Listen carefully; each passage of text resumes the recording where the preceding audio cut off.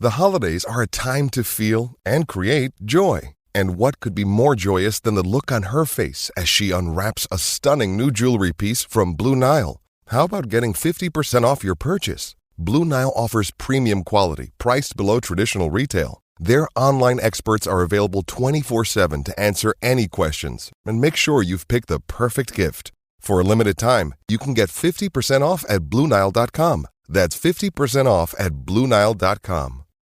Apple Gift Card is a practical gift that unlocks a world of entertainment and fun. You can send it via email or give a physical card to your loved ones. Your friends and family can spend it on their favorite Apple services, including Apple subscriptions. Apple Gift Card can be used to buy all things Apple. Products, accessories, apps, games, movies, TV shows, iCloud Plus, and more. Visit apple.com for details and to send Apple Gift Cards to your friends and family this holiday season. This episode is brought to you by Columbia Sportswear. It's snowing again, and that wind chill is killer. But you're not worried about that because you shop the Omni Heat Infinity Collection. It's warmth perfected with tiny gold dots that reflect your body heat inside and protect you from the cold outside. No snow or chilly temps can stop you now. Go out anyway. Shop the Omni Heat Infinity Collection now at Columbia.com/infinity. Saturday. Christmas comes early. Unbelievable! Welcome to this incredible scene. Bills. To the end zone! Chargers. It's a touchdown! An exclusive NFL game. That's fantastic! Live in primetime.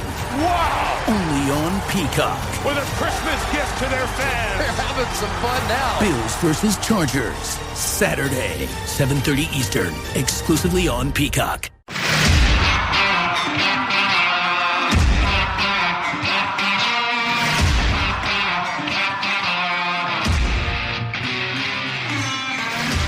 We're back, just like I said we'd be back. This is For the Glory KC.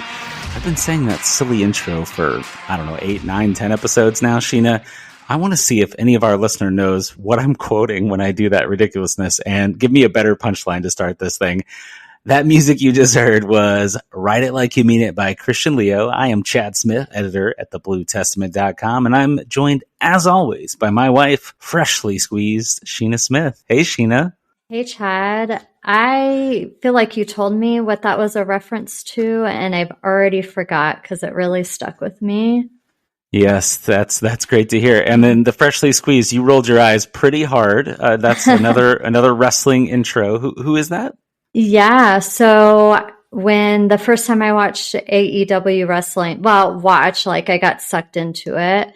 Yeah, I just have it on, and Sheena she's like, I can't believe I sat here for 2 hours. Yeah, and the first time I watched somebody, it was this freshly squeezed guy, and I was like, oh, he's kind of fun because he was kind of a tool, like he fights with his hands in his pockets, and so Chad always says he's like my favorite wrestler, the Orange Dream Machine, is that right? That is incorrect. Orange Cassidy. Dang it. All right, well, this is For the Glory KC. Quick plugs to get those out of the way. Go follow us on all our social media platforms at For the Glory KC on Instagram, Facebook, Twitter. Also, you can email us at forthegloryKC@gmail.com. Follow me on Twitter at PlayFor90, and Sheena's hiding in plain sight out there. Also, go subscribe to the Blue Testament podcast feed where you can get For the Glory KC and all the other Blue Testament Kansas City-based soccer podcasts. Rate us 5 stars on all your favorite podcast platforms. And if we're not 5-star worthy, go at me on Twitter. Let me know. I'll try to get better. I'm working on it. We're working on it. So tonight's show, we have Sporting Kansas City preseason is underway. There's multiple rumored signings floating around out there. Probably some rumor nonsense. The Kansas City Current, they just signed like one of the best players in the world. No big deal. Made a few other moves as well. On that note, we're also bringing on a special guest just to talk about the Current and the roster and how they should line up and what's still left to be done this offseason. And finally, as always, we have a ton of news in the digital crawl, which we will fly through. But before we do that, Sheena, I think you were hard at work trying to make your Blue Testament debut as a writer. Am I correct in that? Yes, I've been working really hard, you guys, with creating a mini series that I have said is going to launch on Monday. Oh, by the way, Chad, this is launching on Monday. This is news to me as your editor, but Yeah. that's fine. I always find time to edit and write, and we'll make it work. Yes. But you've put yourself under the pressure. Now you're telling the people, go to thebluetestament.com on Monday. There's going to be one of how many articles? It's a series, right? Yeah, so the first, it's a series of things to do in Phoenix if you're going for preseason or for spring training, or you just want to get out of town and you want to enjoy nice weather. Do it in the winter, don't go in the summer.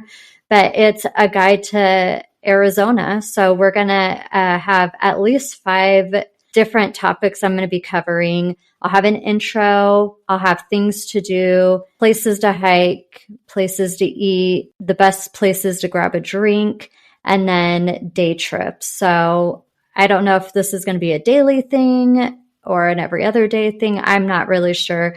I have half of it done. I don't have any hobbies. So this has been something to do at night once the kid goes to sleep and Chad has to write about sporting or whatever on the Blue Testament. Has to. Let's be honest. I'm playing FIFA, another random nonsense at night. I watched the entire 3-season series of Barry on HBO in the last week and a half. Very important things happening in the Smith household. Well, yes. I have some bad news for you, Sheena. Well, first off, I will say you don't need to publish it every day. I think we can spread it out, put it over a couple of weeks because some kind of bad news came out when it comes to Kansas City and preseason. Nothing earth-shattering, nothing terrible. They announced their 5-game preseason schedule. They're going to be playing the Portland Timbers, Real Salt Lake, Grand Canyon University, probably better if I had this list in front of me, Louisville City, and Phoenix Rising. That all sounds good. 5 games, woo-woo, except for they're all closed door. You can't get into them. They're not going to be broadcast. You just got to follow the SKC Matchday account to keep up with those games. So that's a bit disappointing. So if you're going to Arizona, you might be going for just a vacation to enjoy some hiking and breweries and things that Sheena's going to recommend to you, some sites. Yeah, so it's still a good guide. It's still worth reading because you can go to Phoenix despite the fact there's no preseason. I do think it's a missed opportunity, though, especially because in the winter, the weather's gorgeous in Phoenix, as you'll start seeing from the players. If you follow them on social media, they'll be posting beautiful pictures of them in the sun, at the pool, and so on.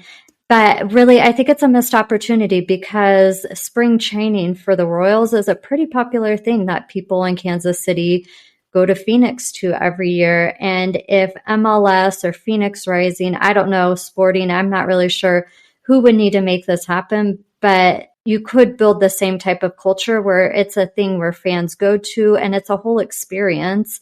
And that was kind of what we had when we lived there. It felt like an experience. It was our version of spring training with the sport we prefer over baseball because we don't really care about baseball. So I just feel like it could be something so incredible for the fans and for the players. And it's just a missed opportunity with them closing the games and not making them available to the public. Yeah, I have a bit of a theory about this, and this is based on no inside information, just my kind of personal ideas. Two things are going on right now with Arizona soccer that may be affecting this preseason. First, FC Tucson, who used to host things that you've heard of, the Desert Diamond Cup, the Mobile Mini Sun Cup, the Desert Showcase. They have all these different titles for these games, and they were sold. They were owned by Phoenix Rising for a few years, and they moved to a new ownership group, and they're moving down a league from USL League One, which is essentially the 3rd tier of American soccer, down to the 4th tier, USL League Two. So I have to imagine there's some financial ramifications. It's mostly amateur players playing in League Two. So could be money situation happening, causing them not to be able to do the streaming. I don't know if MLS or Sporting or somebody could step in. That'd be great. Although I think Peter probably wants to keep everything private if it's up to him, so no one knows what they're bringing out. The other theory I have is Phoenix Rising are moving stadiums for the 3rd time. They're moving to downtown Phoenix near the airport, and that could be causing it. Maybe the camera equipment's not set up. They don't have everything set to go because the USL Championship season starts a little bit later, so there's not maybe an urgency to have that stuff ready, which is a bummer because, like I said, I know I want to see it. I'm craving information. I know you want to see it. I know the listeners want to see it. If you're listening to a Kansas City podcast when the team isn't even playing, you're into it and you want to know what's going on. So I'm a little depressed. Let's switch gears, though. Let's talk about some good stuff going on at preseason. The team announced their roster. All the players you expected are on there, but they had 9 players listed that were not on the roster. So it included guys that are on Sporting Kansas City 2, the SKC Academy, MLS Super Draft pick Chris Rindov, and then it included 3 trialists. So the trialists, these are people that are not signed to any of their various teams, but they're trying out for the first team. Maybe they're trying out for the second team. I don't know how that all plays out, but I want to run through them for you all. We have 3 guys. Jason Mejia. He's a 24-year-old Honduran winger. Got a little Roger Espinoza connection. He plays for a club, Real España in Honduras. I'm sure I'm saying that wrong. That's just what we do here. I pronounce the MLS teams right and everything else wrong. So he signed a new contract with them, actually, and then he had an out in the contract if he got an abroad offer. I shouldn't say overseas, because there is no ocean between Honduras and the United States. So he is up here trying to earn a contract. If he does not earn a contract, it sounds like from an interview he gave, he goes back to Honduras. So I don't know if that means that he could earn a second team contract and still stick around or not. The MLS Next Pro, you can basically pay people whatever they want. The 2 other trialists are Mo Abelnaldi. He is a 21-year-old center back. He played collegiately, well, words are hard, at Notre Dame for a little bit, and then he finished out at the University of Pittsburgh. He's actually a former SKC Academy guy, and he also played very briefly for the Swope Park Rangers before he went off to college. He looked very promising in that limited time there. I think he had like 4 games.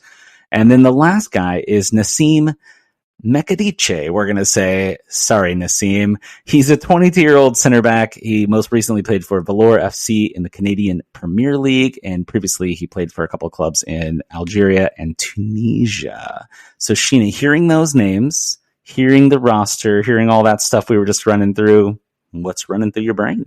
Well, not much, if I'm going to be honest. Typically, I am prepared for these episodes, and unfortunately, it's been a very exhausting week in our house, and I won't go into the details, but I haven't had time to prepare much and learn much about these players. They all have very tricky names, I will say that. So it'll be interesting. I think from us talking before, like around the house, you were saying that like they're doing a trial with 3 players. Maybe you just said it now. I literally just said it. Did you sleep through the intro? Oh my gosh. What's happening right now? If you can't stay awake, how are the listeners staying awake? Okay, in all fairness, it's been a really long week and I'm tired. And this is how many times we've tried to record this podcast, a little peek behind the curtain. It's been a tough night with microphones and technology and things. So splicey, lots of segments put together. I'm sure it's going to sound amazing. You let us know if it sounds good, bad, or somewhere in between. Yeah, it's a late now and it's been a long week. And so, yeah, there's 3 trialists, you said, and typically they maybe only have 1 or none. So yep. I find that aspect of it interesting. But yeah, I don't really have much. It'll be interesting to see who plays, if anyone gets signed to one of the teams. And if any of these people were signed, do you think they would start as starters or be backups if they did make the team? Definitely not starters. I mean, you never know. I guess there's always a possibility somebody just comes in and blows it away and is utterly amazing. But these guys are competing for the last couple spots on the roster. There's 4 open roster spots still. And we're going to talk about a few other rumors that are going on that may fill up some of those spots here a little bit later in the pod. But if they make the team, it's the fringe. These 2 center backs I mentioned, maybe they're the 5th center back. I know that leaves out the fact that there's not a 4th center back on the roster. We'll get to that. There might be some possibilities coming. And then Mejia, who knows? He would be probably like the farthest down the depth chart winger if he were to make the team. Maybe he pushes Kyrie to the absolute bottom. I think he's primarily a right winger. So Kyrie would go to 3rd at that and 4th at center forward, except for maybe not 4th at center forward. One other bit of news came out that may throw a wrench in things. If you all remember, Steven Afrifa was the 8th overall pick in the Super Draft. And we found out in this roster release that he is not coming to preseason. He is going back to Florida International University to finish out the spring semester season and I believe graduate from college before he potentially comes and joins. So he'll go on to what's called the college protected list. If you'll remember, Sheena, they were telling us, Brian Bliss was telling everybody that they're bringing in a free throw so they could bring Alan Polito along slowly. So I don't know what this means. Is Agata the starter for now? Polito still eases in. Does that mean Kyrie Shelton moves to second on the depth chart while Polito gets ready? I don't think so. I think it's Agata Polito or Polito Agata, but maybe.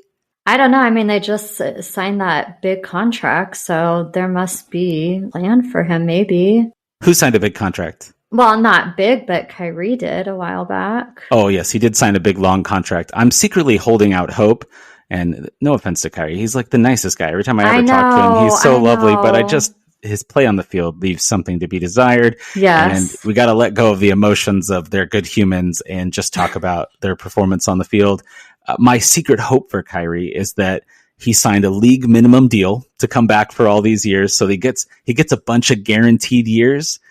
Just to make sure he has a job, to hang out with his friends on Sporting Kansas City, to work really hard in practice. Like we talked about a few podcasts ago where one of the guys, Andy, on our website in the comments, he said he's just going to be there to make everybody better by pushing everybody really hard in practice, but he's never going to play in any games. So that's the secret hope I'm holding out. But I think, Sheena, you said you had a bit of news that may be impacting this striker depth chart. So one point that I think is interesting about Afrifa, I butchered his name. Just call him Steven. Steven. Yeah, I think I decided previously I was calling him Steven. But with him staying in school, it brings to light a tweet that I had seen. I think we both had seen it between Daniel Shalhoub and Dom Dwyer, where Shalhoub said, "It's time to come home, bro," and atted Dom Dwyer. I'm sure I'm not saying that properly. And then I had to ask Chad what 2 eyes, a frog, and a cup of coffee was, but I think it was tea. Yeah, I think it's supposed to be like, if you all have seen that gif of Kermit the Frog sipping tea, like, give me the tea. I don't want to know the tea. I think that's like Dom just trying to be clever and doing just eye emoji, frog emoji, tea emoji. It's funny. I already forgot that explanation, but it makes that tweet a lot more interesting. And it made me wonder if that could be a potential backup plan, is having Dom Dwyer come in as that, third string. Do you want Dom Dwyer to be the third string center forward? I like Dom Dwyer. I follow him on Instagram, and I feel like he kind of did well when he played last year for Atlanta, and he's not on Atlanta anymore. So I wouldn't hate it. I wouldn't want him as a starter, but as like the third backup, I think that would be fine. I guess the question is, would he be okay with not even being the backup, but being the backup to the backup? Yeah, I feel like he would play so incredibly sparingly that is it even worth coming. So I'll give you his stat line for last year. He had 22 matches played, 5 starts, 617 minutes, and he scored 4 goals. So Kyrie Shelton didn't score 4 goals. So from that perspective, that's a plus. But the way that Sporting Kansas City played when Dwyer was here last time versus the way they play now are wildly different. There's that expression, you can never come home again. And Sporting doesn't always stick to that, right? They've brought back a lot of guys that left and came back. Uri Rosell, Benny Feilhaber. Gosh, there's so many I'm drawing a blank on at the moment, but some of them are big misses. Uri so far, sadly, has not been a hit.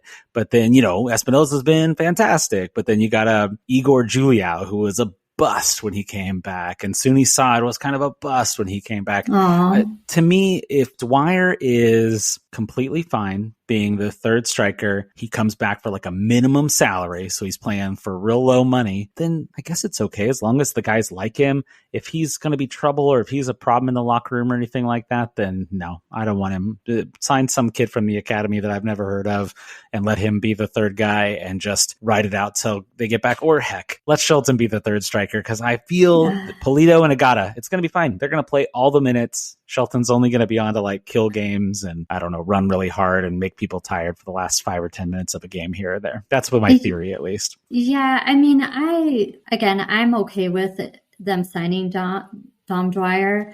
I don't know if this is like a farewell season for him. I don't know how old he is or if like he's coming to the end of his career, but I would like him to either come back to Sporting or go to Orlando for his final season as like a final farewell. We'll see what happens, but my initial gut reaction is no thank you. I'll pass. Oh. All right, so let's switch to some other stuff that's still preseason related, because a part of preseason is the first time everybody gets together, which was last Friday, the 6th. We get to talk to the coaches and players. Ooh, so Peter Vermees gave some interviews, and in that process, he gave some pretty good quotes that I thought were worth sharing.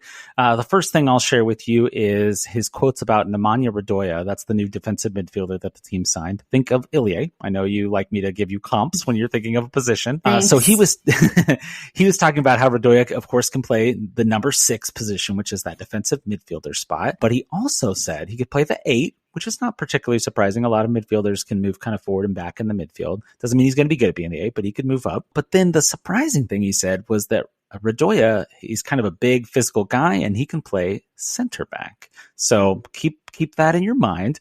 And then I want to transition to another quote that Peter gave, and it was about making signings. He says, I'm feeling pretty good. Quote, we do have one more acquisition. I'm not going to talk about what position right now. We have one more acquisition that we'll be making. We probably have some other announcements that'll come down the pipe here of some other players already that are close to being done. I'll just wait until they're done, because I've been in a position where there's some that pull out at the last minute. I hate when they pull out at the last minute. The quote continues. We've got a couple more there, and then there's one other position that we're working on. So it's kind of confusing, because he says we have one more acquisition, and then everything after that he's talking announcements plural. There's one other position. There's a couple more there. It seems like there's multiple signings that are coming. So I wanted to put those quotes into your head before I gave you some other information. So it's been a rumor smorgasbord over here on the Sporting Kansas City front. I already mentioned the Jason Mejia rumor. It turned from rumor to he's a trialist. There's 2 other rumors that I want to bring up. Norbert Guyomber, our good friend Norbert that we talked about. Nori. Nori, okay. A few weeks ago. He's popping up again as he's like potentially leaving his team. He's coming over from Italy, from Serie A, the top division of Italy. And Kansas City is on the list of places that he might end up. There's also an Italian club on there too, Caligari, I believe it was, something like that. I'm sure I'm saying that wrong. And then the other rumor is on a completely different position, whatnot, but I got to list it because it ties back to this whole Radoja can play center back thing. And it's this guy, Tim Liebold. He is a left back. He plays for Hamburger in Germany. He's 29 years old. He, a few seasons ago, had 16 assists in 1 year. Whoa, that's kind of wild. Then, stop me if you've heard this one before, had a catastrophic injury and missed a huge amount of time. And somebody took his job, of course, because he was gone for a long time. And since he's returned, he's only played 4 games since he's been back, and he's been back for a while. He just can't get on the pitch. So I just hit you with tons of rumors, Sheena. What do you think about all those? What are your thoughts? Do you think we're not signing any center backs? Are we signing center backs? I don't know what to think. Yeah, I cannot believe in all these rumors. There's no center backs. It's kind of wild to me because that's a position that we talk about every week that needs to be filled. And Guyomber is Nori, as you're calling him, is Nori. A center back, by the way, just to clarify. Oh, yeah. Okay. So we have Nori. I have to think based on all the rumors going around the smorgasbord, as you called it, some of these are definitely going to remain rumors. I can't imagine a scenario where signing all these rumored players. So it'll be interesting to see who ends up making the cut and who gets announced. And I'm sure there's going to be kind of like the Ronaldo, where it just kind of came out of nowhere. I feel like there's going to be a player like that who comes out of nowhere, isn't on the radar, being tied to Sporting, and that'll get announced. And it sounds like somebody big might be coming, as long as they don't pull out at the end. Oh boy. Yeah, I guess we don't know, because that does go back to what he was saying earlier whenever the quote from the Kansas City Star about how another European player, a big European player, was interested in coming. None of these guys meet that definition. Liebold and Guyomber are in Europe, but if those are big guys, a guy that's not starting on his Italian club and a guy that's in the second division of Germany, not even in the Bundesliga, but in the 2 Bundesliga. So that's not great. Now, the left back thing is interesting because this rumor seems to have the most weight. Like his team, Hamburger, they announced he's left. He's departed. He had 6 months left on his contract. He was signed through the summer. And then there's multiple sources saying he's coming to MLS. And then one source, Manuel Veth, who's over from Transfer Market, pretty good source. Like, he seems to be on top of his stuff. He keeps saying it's Sporting Kansas City. It's Sporting Kansas City. Now, team already has 2 left backs, Logan Ndembe and Ben Sweat. And I was doing a little sleuthing on the internet, and I saw old Ben Sweat showing up in those preseason photos. But then, I'm trying to follow people on the social media stuff, and Ndembe was definitely not in Arizona. He was like, there was like a rainstorm coming down in like an Instagram story that he posted. But then my colleague Thad Bell, the site manager over at the Blue Testament, said, no worries, don't freak out about Logan. He's just got a visa issue. He's going to be in camp later on this week. We're recording this on a Wednesday, so he may already be in camp by the time you're listening to this. Just got a visa thing going on. So if they've already got 2 left backs, why do they need a 3rd left back? Did you have any feelings about it? Well, one of the things I can kind of give some background on is with preseason when we used to go, I feel like sometimes we could pick up on things. So you would see somebody at like the first game of preseason, and then suddenly they weren't playing. And then it's like that gets your wheels turning and you're like, what's going on with them? And then it's like later that week, they got traded or the team released them or whatever. So just because Ben Sweat is at preseason today doesn't mean that they're keeping him. So I don't know. It'll be interesting to see. Yeah, it's funny that you say that because I put way too much like emphasis and analysis into like the lineups of who plays in preseason. And Peter's always like, it doesn't matter who I play in this game or that game. And sometimes he does split his squad where the starters are clearly not playing together. They're divided amongst 2 groups. But then sometimes it's super obvious that he's got starters. I remember a few years back, and this may hurt the old heartstrings to hear this, Ike Opara was missing from a game. And like Andre Ofontes had arrived the previous summer, and then we found out he's making all that money, and Ike wasn't making as much money, and Ike had just signed a new deal. He wasn't out there. I asked Peter about it, and I feel like he gave me, and this could be a misquote, but he always just tells me, oh, they're just dealing with a little something. They got a little knock, a little niggle, is like these little words that he says. They're dealing with some sort of injury. Then I'm walking out of the facility and I run into Ike and I go, Ike, why didn't we see you today? And he said, you tell me. And I was like, what does that mean? And then like 2 days later, he was traded. So I was like, oh my gosh, what's going on? So yeah, I think you're spot on. That could absolutely be something. So my thoughts on this whole left back thing is you 100% don't need 3 left backs. Doesn't make any sense from that standpoint. I think if you're signing Tim Leibold, it's because you think he's better than the 2 guys you've got. And Peter's always talking about trying to make the team better. And he's always looking to make the team better. That's like his go-to quote.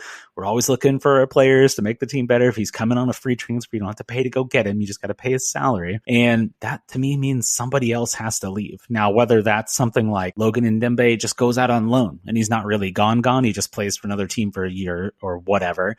That could happen because they spent a bunch of money on him, right? You want to just give him up for nothing. In Ndembe, this whole visa issues could be maybe he's got visa issues getting into the country of the team he's being sold to. I don't know that. I'm just wildly speculating here, but that could be the solution, right? Maybe he's getting sold. I would be a little bummed if the 2 left backs were both like 29, 30, 31-year-old type guys, right? Like I'd like there to be a prospect in that pool. So you got one guy that's maybe your starter, one guy that's developing, and that's the future. So if it is Ben Sweat and Leibold together, that's less appealing. If Ben Sweat needs to go and head off to another MLS team that needs a veteran presence, I'm okay with that. I can live with that. We hated on Ben Sweat a lot last year. I thought he got really good by the end of the year, but he had a pretty brutal first 3 quarters of the year, give or take, in my recollection.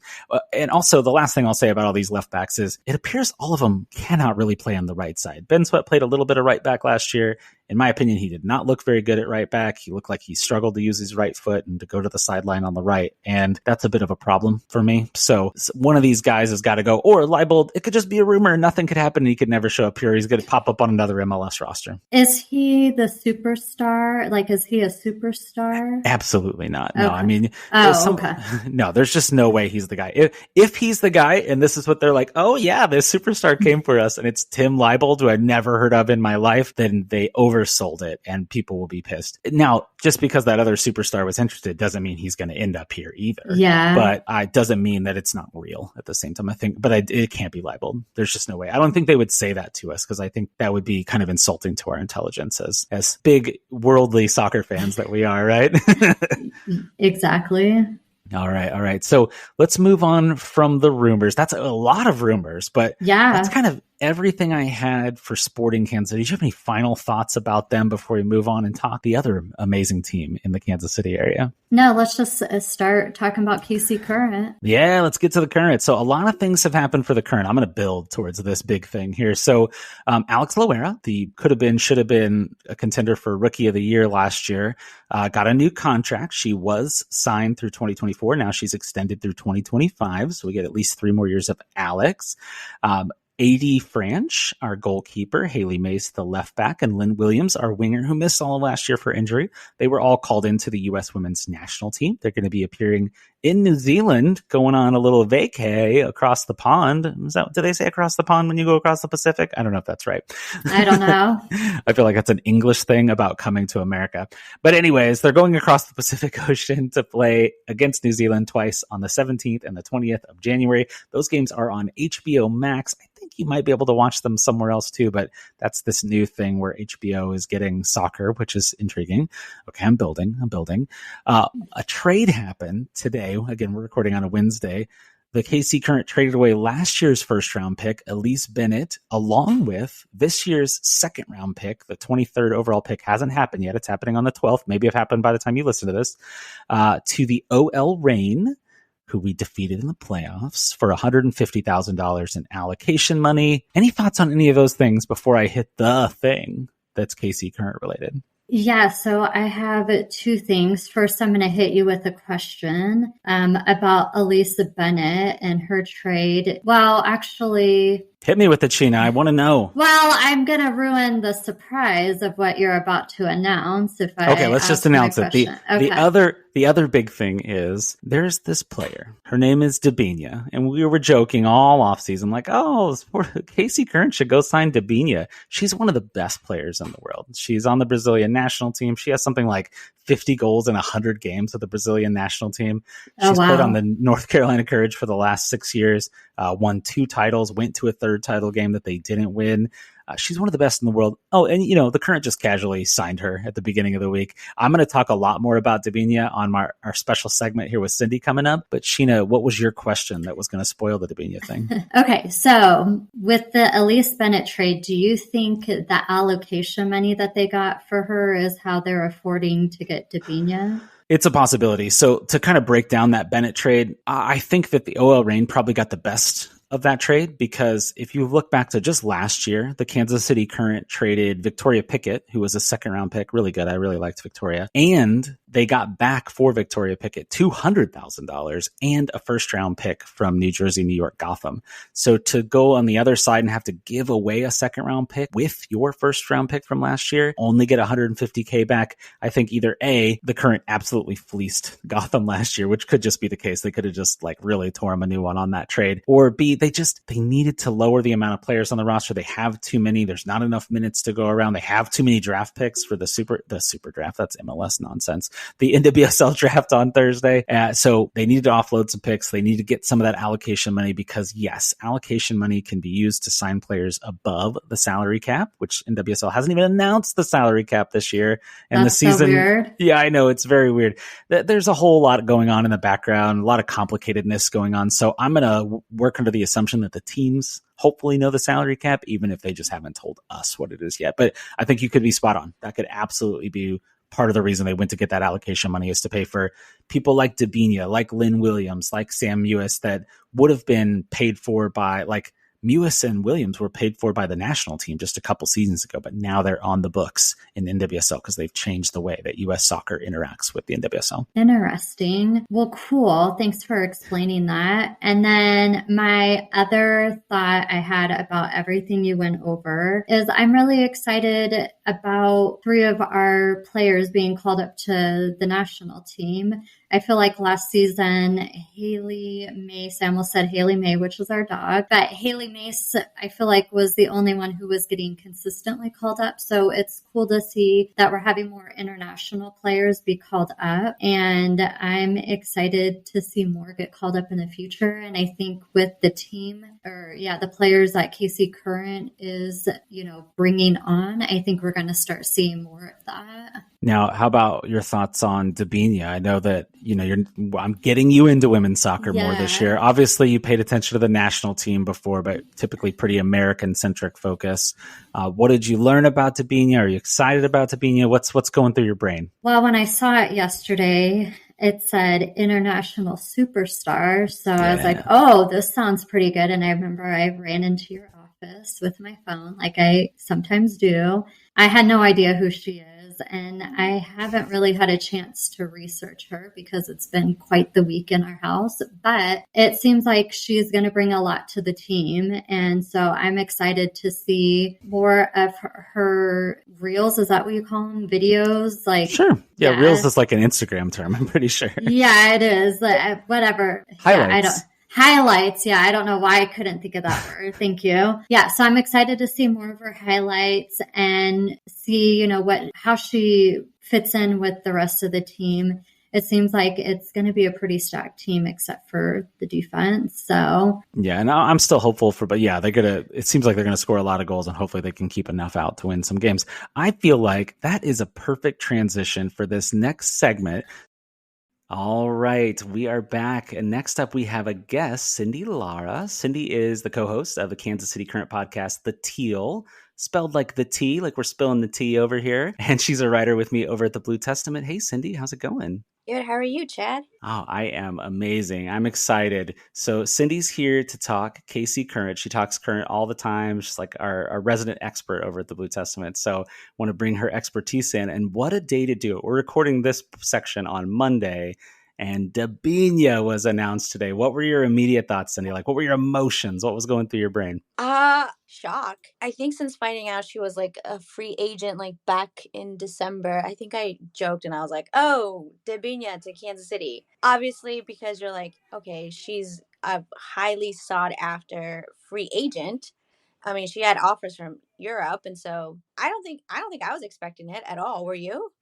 No, I definitely wasn't. And I don't know if you read that story I wrote where, hey, if the Current could sign one of these two players, they're like immediate championship contenders. Not that they aren't already. And I put Debinha first, almost like as a joke, like, oh, one of the best players in the world. Can we get her to come to Kansas City? And it turns out, yes is the answer. So a little bit about Debinha, if y'all aren't familiar.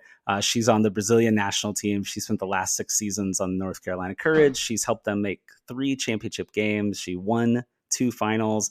She's been on the best 11 last season. Fantastic player. And I think you saw this tweet, Cindy. I put out a formation tweet where it was like all the attackers that KC has and just Haley Mace in defense and 80 Franch in goal, because there's so many players. I don't know where they're all going to play. So it was like the classic 1-9 formation, I guess. I don't know. Yeah. No, I think I'm still processing of like, what are they going to do? They have all these midfielders. And so, yeah. Yeah. So, you know what? That brought me to kind of my first question, because the Debinha thing really kind of shook me a little bit. Like, I was like, oh my gosh, how do they make this all work? So they've already signed Morgan Gautreau and Vanessa Di Bernardo earlier in the offseason. They already have Lo LaBonta in the midfield. So I was already thinking about how do you fit them all in, kind of like what you were saying. And it's like, is somebody on the bench? Is like LaBonta or Di Bernardo, some of the better players in the league, not starting? Like, I don't know. What were your immediate thoughts in that midfield? Yeah, my immediate was, and we'll probably touch on this, but like with Desiree Sky, you're like, oh, if she's signed, where does she fit? So that's my first thought, but she's not signed, so we don't know.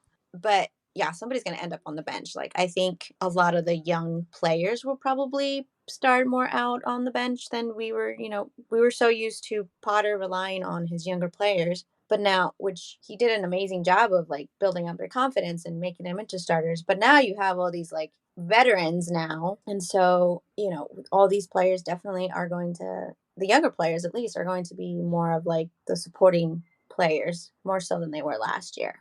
Yeah, that was my thought too. I think I even said to you on Slack, I was saying somebody's got to go to the bench, like somebody who, even the people that were like our subs last year, like I think of someone like Chardonnay Curran who would come in at the end of a lot of games. It's like, how does she get on the field? Like, I feel kind of bad for players like that. It's a good problem to have. Don't get me wrong. Like, I absolutely would rather have these world-class players, and hopefully, the young players are learning and developing behind them still, and they're not really like held back by it. But there's something about being able to play. I don't really know what the rules are for like the Kansas City Current 2. Can they loan Chardonnay Current to the Current 2 and let them play? They were killing teams like 10-0 last season anyways. I don't know if they need better players down there, but I do worry that there won't be minutes for them, but it's a good worry to have, right? Because there's so many good players getting on the field, which should make the team better.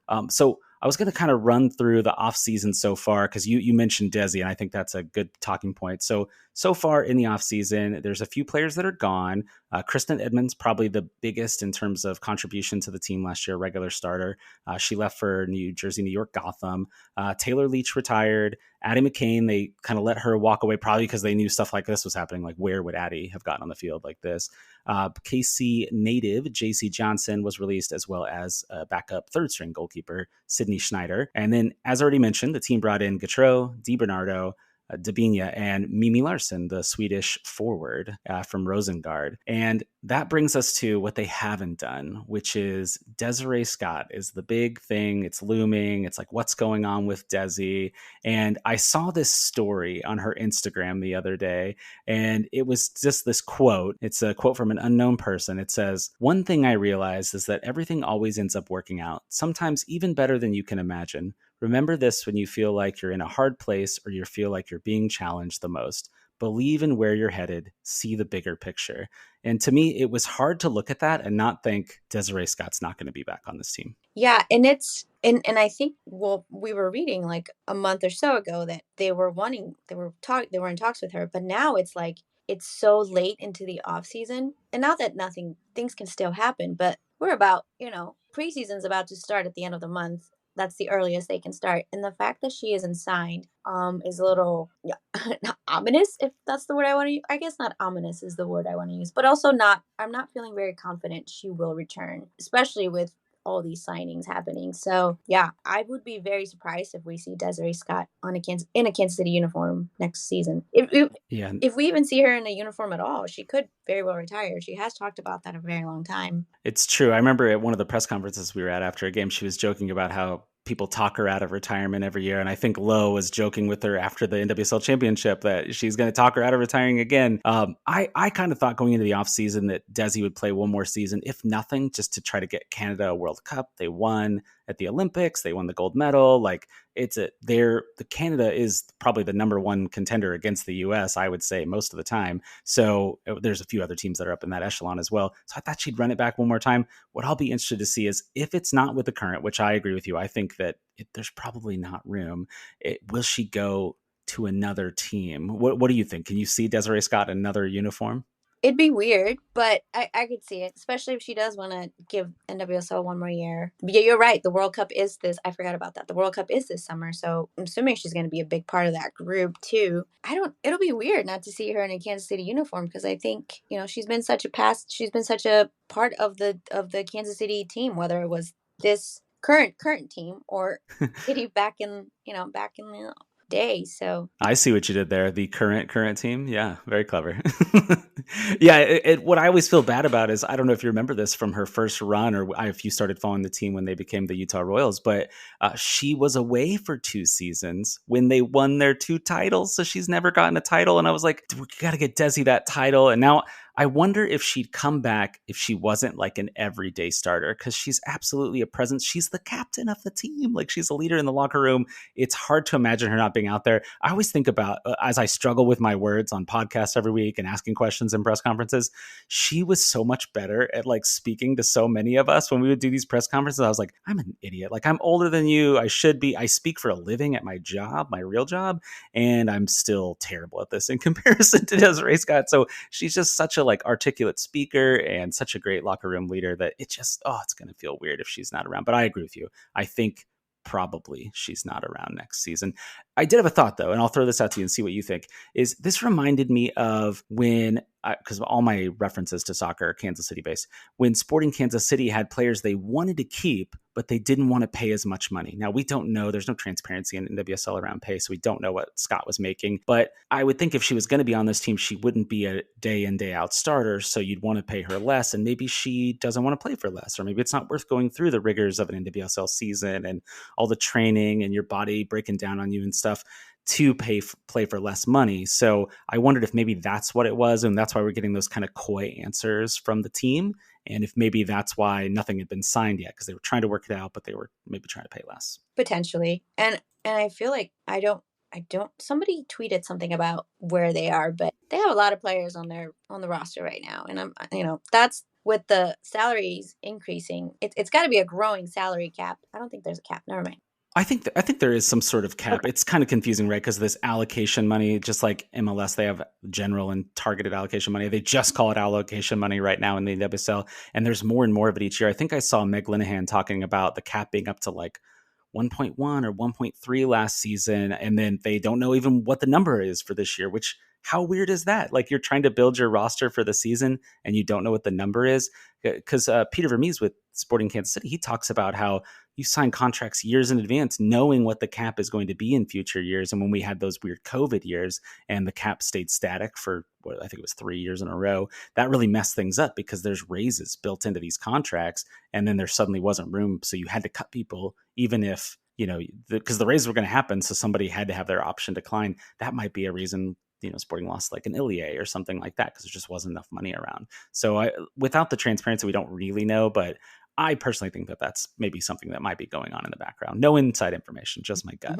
I can see that. It's got to be a money thing at this point. But yeah, money or playing time, I think, right? It's like, and if you're not getting all the money, you'd probably want all the playing time. So would you be willing to take a little bit less to go be a guaranteed starter somewhere else and try to lead them? And she's got to have friends all over the league, being in the NWSL for so long. So, and she doesn't live in Kansas City in the offseason. She's back in Canada. So it's possible that, like, while we have this great tie to Desiree, and I'm sure she loves the city, like, it might not be as hard on her to move because she might be moving to some sort of like temporary residence while she's here for the season, maybe team housing or something like that. I don't know. Mm-hmm. And it is a World Cup year. So I'm even thinking there's the reason for all these signings is because Williams will likely be gone, Mewis, but we don't know where she stands. Yeah. So there's that World Cup year that is happening. So that's a good point, because I don't remember off the top of my head, but it's probably like a 5-week break or something in the middle of the year. But the league will play for part of that break usually. So teams are going to have to be deep. So I picked on poor Chardonnay. She's going to get her minutes. It might not be as many as she was hoping to get. But yeah, when not just Lynn Williams, right? Haley Mace is on the national team. Luckily, she's got a fantastic backup. And Izzy Rodriguez, Adie French, another good backup behind her, and Cassie Miller. Let's think Debinha just signed her. She's obviously going to be away with Brazil. I can't even think Chloe Lagarzo's on the Australian national team. This team is loaded with national team players. I have this theory in the back of my mind, and this is a complete tangent away from what I brought you here to talk about, is that like the NWSL is really missing an opportunity if they don't go get the best players in the world and pay the most, because they have a chance to be like the NBA of basketball, or the NWSL of like women's soccer, right? Like they can be I'm saying this terribly. They can be the best league in the world. How we think of like the NFL is the only league to go play football. The NBA is the premier league to go play basketball, NHL for hockey, et cetera, et cetera. And it's an opportunity to go, you know what? Don't go sign with Lyon. Don't go play in the Premier League. This is the league of choice. This is where people want to be. So I think that shows with how many national team players are on all these rosters. Yeah, and you know who also I forgot about it, totally forgot, was Chloe Lagarzo. Yeah, where is she going to fit? Exactly, like, oh, yeah. Can she play center back? How tall is Chloe? For real. Yeah, they might need to sign some defenders, but yeah, they're running out of room. So I think that actually brings us to another good kind of transition to another topic. Currently the owner. Oh, I did it again. The owners of 8 draft picks. They have the first round pick. It looks like it's going to be the 10th overall pick. It's complicated, but just take my word for it. They have 3 picks in the second round, 1 pick in the third round, and 3 picks in the fourth round. So 8 picks, 4 rounds. Their roster is already almost full, or maybe it is full. How do you kind of foresee the draft playing out? Because by the time people are listening to this, the draft is on the 12th, January 12th. And this might be the day they're listening, or it might be the day after, or something like that. So how do you think it's going to go? I don't know how you take on 8 more rookies at this point. I don't know, trades for allocation money, trades just overall. I could see trades for allocation money happening. I could see that. Yeah, I need to rack up some money to pay for all these big salaries of these players you're bringing in. Maybe bank some of it, trade for future allocation money, something like that. Do you think, is there like one position that you think the team should target? I know me personally, I don't know enough about college soccer to say, oh, this player, that player. I've been reading some like mock drafts of the first few picks, but after that, I don't know who people are. I'm sorry, ladies. I'm usually very, very naive about the college game, and I have no idea. But I mean, yeah, target a young defender out there, because we talked about needing the defense right now. We're like, who can play defense? Like, who are they gonna like convert one of these midfielders into a defender? I could see Debinha shifting into that role a little bit. I could see that, especially if they play like a back three, because she's not the tallest in the world. So you'd want to put somebody that's got the athletic ability to leap really high. And maybe if they were already taller to begin with, that might be helpful.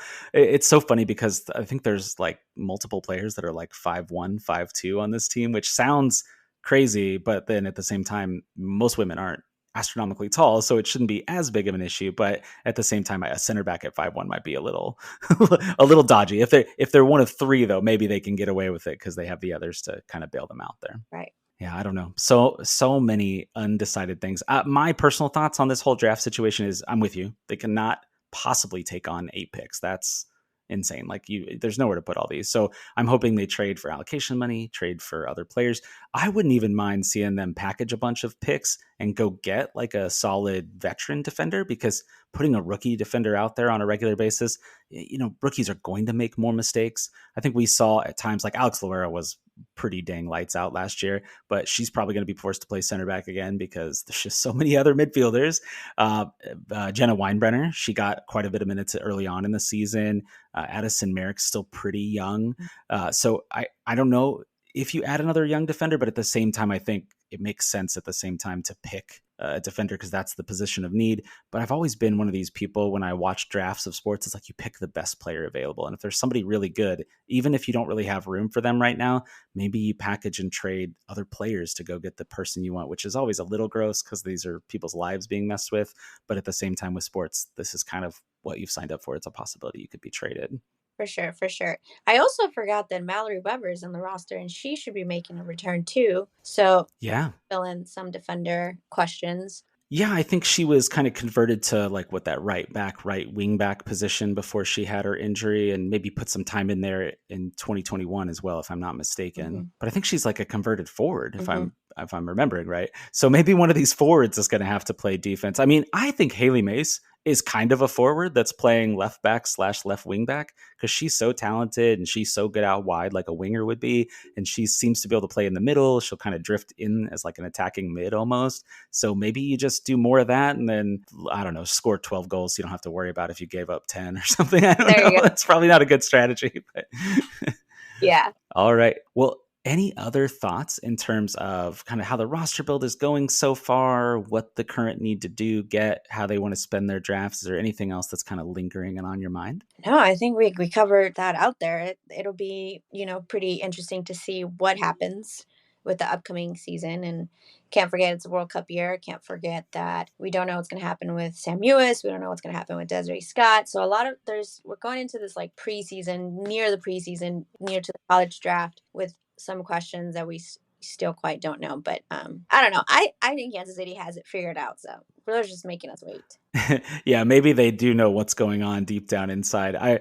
I saw Grace, who we both know from PR, tweet out like this like shrugging emoji yesterday when they put out that little tease that they were signing somebody today. And I was like, I do not believe you. Like you do know who they're signing. Like you just can't tell us, of course, right?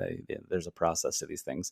So, all right. Well, Cindy, I'm going to need you to come back on later in the season so we can talk about how right or wrong we were with our predictions in terms of how this roster build needs to go. And I want to remind everybody to go check out Cindy's podcast over at, you just search for The Teal, anywhere you find your podcasts of choice. Now, Cindy, do you have to put the L in parentheses when you search for The Teal? How does that work? I don't think so. I think it just pops up. I don't know. I have it on my Spotify, so I search it on Spotify. There you go. All right. Well, thank you again, Cindy, for coming, and we appreciate the time. Yeah, thank you, Chad. All right. So I think it's time for our final segment, which is our rapid fire. There's a whole bunch of news that we want to cover, and we might talk about some of it, and some of it might just blow right through. The digital crawl. Digital. I don't know. We got to think of music. Oh, we need some music. You didn't like that? No? I don't know. It was something. It's more than what I was bringing to the table. Fair enough. My little brother is a musician. I keep telling him I need a theme song and I need a digital crawl, like little sound bite that we can throw in there. So, all right. Anyways, the digital crawl. The first little bit of news we have is former Blue Testament staffer Allie Trost-Martin. You may have heard of her. She's on the radio. She works the sidelines for Sporting Kansas City. She broke the unfortunate news this week that there are not going to be any sideline reporters with this Apple TV deal. They have hired a bunch of analysts and play-by-play people, and they're going to have to hire a lot more because they have Spanish, French, and English commentators going on. So don't know what's going on with that. Sheena, what do you think about it? Yeah, I think it's really unfortunate they don't have the sideline reporters. I feel like that is, to me, it's pretty common in football to have it. And we were seeing it in MLS as another way to get extra commentary, sometimes from the coaches, sometimes in the middle of the game, which was interesting. But I feel like that's needed. So it'll be interesting to see how it all plays out, because it feels like that was another way to take up like space during like halftime or and yes. After the game. Yeah, I was having a moment after the game, interviewing the coach or the player that had the winning goal. So I don't know. I'm not for this. Maybe it'll come down the line and maybe it'll happen next season. I don't know. Yeah, it's obviously, it could be an evolving situation. I'm bummed for Allie just from she's awesome and nice, and there's all these quality sideline reporters that are building towards these careers that are interested in soccer. I'm hoping that they don't just fully get rid of this and that it exists in some capacity. Maybe the teams handle it, because she worked for Sporting, and just kind of like the commentary team worked for Sporting, Nate and Jake. But we would miss bits of information. They get stuff. They talk to the coaches. They find out what's going on with an injury. Why are they off the field? They get us facts that we will now otherwise be missing. I don't know. So post game, we'll be able to do interviews still. The media will, but there's something about knowing in the middle of a game what's going on, and that's going to be unfortunate if we don't have that anymore. Do we know if the announcers are going to be at the games, or is it like USL, they were just all in like a central location?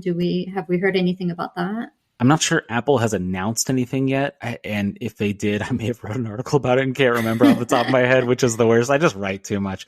But I'm uncertain at this point. Hopefully we'll know something. But yeah, if it's remote like USL, they would say things like, oh, the atmosphere here is amazing. I'm like, you're in a studio in Florida. What are you talking about right now? Like, that stuff drove me nuts. All right, we're doing a very good job of being rapid fire on the digital crawl. Let's keep going. Nicholas Isamat-Marin, you may remember him, center back, Sporting Kansas City last 2 seasons. He is officially not coming back because he is signed with a club in the Netherlands. Just Google it. I'm not even going to try to pronounce it. Keeping going here. A little bit of sporting kind of fun, light news here. As a part of the media day festivities the other day, Johnny Russell, as the team captain, got to talk to everybody. And he was asked about Ronaldo trying to take his number because he's the number 7. And he said, he'd have to pay for it. It'd be not just like a set amount of money, but like a percentage of his salary. Yeah, I think that's hilarious. There's a part of me that wishes that trade would have, or that signing would have happened, because that could have been really interesting to see how that all played out. Yeah, he's got a lot of branding around CR7. So continuing on the Russell thoughts, one other thing, speaking of our friend Allie, she asked an interview, and it was, she asked a question rather at the interview with Russell, and was talking about him playing right wing mostly, but then having to play center forward because there was injuries and squad rotation and all this fixture congestion going on last year. And he gave this like kind of long technical answer, and that he's hoping he wouldn't have to do that, but obviously he'll do whatever the team needs him to do. And then he kind of grinned at the end and gave this little quip like, but I was pretty good at both of them anyway. So I thought that was funny. You should go listen to it. We've got the clips up over at the Blue Testament. Let's move to the Kansas City Current in our digital crawl here. So the Current, I'm way too cheery of a tone here for this subject, but you all remember the NWSL and NWSLPA joint investigation into all the misconduct going on around the league. A lot of sexual harassment, grooming, awful, terrible things going on. Well, 4 coaches got lifetime bans. A bunch of coaches got like 2-year suspensions, and they have to push to get back into the league. The reason I wanted to bring it up, though, was the Kansas City Current. They were found to have had no wrongdoing. Basically, they were accused of a few things, and they couldn't prove that the trades and the players getting cut were retribution. Kind of like what we talked about on here. It was not provable that it wasn't just because they were a terrible team that year. They were the last place team in the league. So it makes sense that you'd be cleaning house.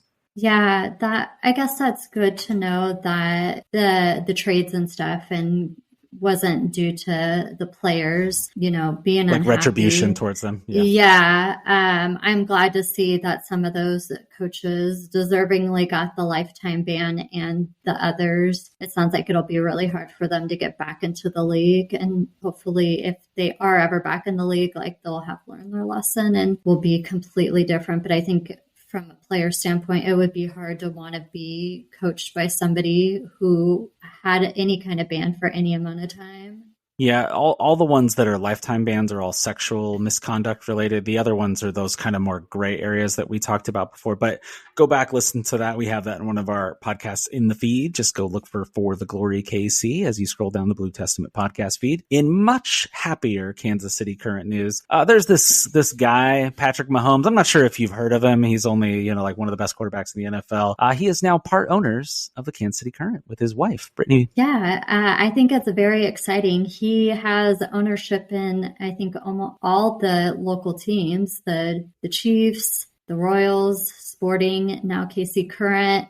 He has ownership over the Raiders, the Broncos, the Chargers. Oh boy. I know. I totally stole that off of something I saw online. But yeah. I think it also made me wonder if that's how they're able to make some of these signings, as they needed some more money. Yeah, I'm pretty sure the Longs are worth like multiple billions of dollars. So I don't think it's a money issue at all. I think it's just Patrick Mahomes is part of this city's fabric. He's woven into it. He's going to be here forever, even long after he can't play quarterback anymore. I love it. And I forgot he is also owner of those Whataburgers. That's right. Yeah. I didn't know he owned the Chiefs. I didn't know you're allowed to own the team that you play for. Or maybe he's going to own them in the future. Did you just give bad information? I could have been making that up. Maybe I meant he owns them and that he's so good. I don't know. I was just on a roll there, so I just went with it. Just list all the teams. Does he own part of the Mavericks and part of the T-Bones? I mean, the Monarchs? Not yet, but there's still time. All right, there we go. KC comments. Watch out. He's coming for y'all. So in other current news, or tangentially related current news, Addie McCain, who we talked about recently, mutually parted ways with the team. She found a new club. She'll be joining the Chicago Red Stars. Actually, I don't have this on the rundown, but Ella Massar, I'm messing it up, former assistant coach of the Current, is now going to be an assistant coach at Chicago as well, where she's from Illinois. So that might make sense. That might be why she left. Another thing that's going on is we mentioned a few times, the NWSL draft is on Thursday. It may have already happened by the time you're listening to this. They swung a massive trade the other day. It was a 4-team trade. I'll break it down, just the littlest bits. The first pick, the second pick, the fifth pick, tons and tons of allocation money, all swapping hands. And basically the outcome of it is that the first pick will now go to Angel City FC out of Los Angeles. And it's because they're going to pick high schooler Alyssa Thompson. She's skipping going to Stanford to come into NWSL. Watch that name. She's already been called up to the national team. She's going to keep getting call-ups. Oh, wow. She's an exciting player. Yeah, that's from cool. High school. How cool is that, right? Yeah. All right. From one Kansas City team to another, SKC2 have a rumor going on out there. French winger Amadou. Oh, that's a fun name. We know Amadou Dia, but Amadou Traore, he is coming over from France. He's only 20 years old. It's not over the line yet. It's not done. It was reported initially as a rumor to come to Sporting Kansas City, but Daniel Sperry of the Kansas City Star has that it is a SKC2 signing, but it is not yet done. Does that make sense for him to go to Sporting too? Is it just because of his age and that's why? Yeah, it's nothing to do with his age necessarily, because I think of the young guys like Jean-Luc Abuzio, who's playing for Sporting when he's 15, right? But it's because he's not quite hit yet, and you don't want to burn an international roster spot. Again, you only get 8 of those on someone like this, because what if he doesn't hit in MLS either? He played in the French top league, Ligue 1, but he only had like 300 minutes over 20 appearances. So he's coming in as a sub late in games, and I think he had an assist in all that time, no goals. So he probably needs some more seasoning. I like what Sporting KC2 are doing with some of these moves. They've signed a lot of really young, like international type players. And if they don't work, like a lot of them last season didn't work, they really raided Africa, Ghana in particular. They brought a lot of teams over, and a lot of them didn't really hit. But if they do hit, they could move up to the first team, and then maybe you could sign them. There's no salary rules in MLS Next Pro, so they could pay them like the wage similar to what they'd be getting in MLS, but get a chance to get better and compete against younger players and kind of earn their way into playing in Major League Soccer. Yeah, I like that too. I remember when we had season tickets to Phoenix Rising back when we lived in Arizona, they did a similar format. Granted, they had nowhere to go up. They were just with it. But it was fun to see all those international players. Some of them were really good. So it's exciting for Sporting KC too. All right, this next piece of news, Sheena, I just want you to read it. Can you read the next piece of news? I remember you had me do this earlier this week, and I butchered this name, so I'll do it again because you never bothered to correct me. Zinedine Zidane. I don't know, Chad. Why would you do this to me? Zinedine Zidane reportedly rejected an offer to become the U.S. men's national coach. Zinedine Zidane. And earlier in the week, you were saying something completely different for the first name. So, and I did correct you, and you did hold on to Zinedine. So there you go. I just wanted to share that. He also has rumors that he might have turned down some other countries as well. But U.S. swinging big out there and potentially looking for a new coach. We'll give you more updates when we know more. Two more little bits of news here. Atlanta United. They invented soccer in Atlanta. Did you know that, Sheena? No. Them and the Seattle Sounders and Austin FC, they all invented soccer within the last few years. Okay. Yeah, it's just a joke. Anyway, it clearly landed good one. It just landed really hard there. And thud. Their famous striker, Joseph Martinez. You probably heard of Joseph him. Martinez. Yeah. Yes, he scores against Kansas City. He appears to be on the move. It looks like Atlanta is going to buy out his contract. He's a designated player. We talked about these things before. And he's going to go to Miami on a non-DP deal. Should be interesting. He's one of the leading goal scorers in MLS history, and he's off to go join another team. He's kind of had a falling out with Atlanta. They just haven't really been as good ever since they lost Miguel Almiron to Newcastle United. Information that I know you care deeply about. Let's get to the last piece of news, which is actually a Sheena piece of news to close out the digital crawl. So Sheena, I'll just let you close it out. Yeah, so I don't know if you saw, Chad, but I think it was over the weekend. Grant Wall's wife gave an op-ed over his, cause of death and the misinformation. And the thing I found interesting, which if you haven't read it, you should look it up. I read it on people.com. But the thing I found really unfortunate is it was tragic. She lost her husband, but then people were sending her death threats and blaming her for his death because of the COVID vaccine. He was vaccinated, and she is a medical professional, and she had something to do with encouraging people to get vaccinated. So it's just really unfortunate to go through something so horrific and then to be getting death threats from strangers. Yeah, I didn't read it. I'll have to check that out. But yeah, we all have some contacts in our lives that believe some kind of crazy things about some of this stuff. So go do your research on your own, and we won't wade into those dangerous waters. But I appreciate that. We'll put that link into the comments so you can go check it out if you're interested in reading it. But yeah, that's very negative that she had to deal with it. I just never understand in general, why would be terrible to people? Why would you threaten them for death? Why would you commit physical acts of violence against people? Just freaking be nice to each other. Just love each other, people. What's the deal? I know. Let's just be reasonable, rational human beings. So that is we're bringing you down to end the podcast. Yeah, oh my gosh. Hey, let's end on a bright note. Maybe we should just share what we have going on. Yeah, we made a life-altering decision in the last week to book a trip to New Zealand to go to the Women's World Cup in 2023. Yeah.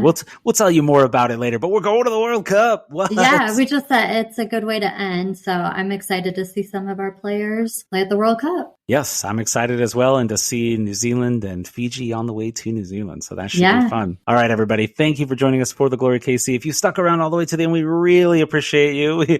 We're going for new records on how long we can possibly talk. Yeah. But thank you for my wife, Sheena. I'm Chad. Listen to us again. Tell all your friends. Thanks for joining. Bye.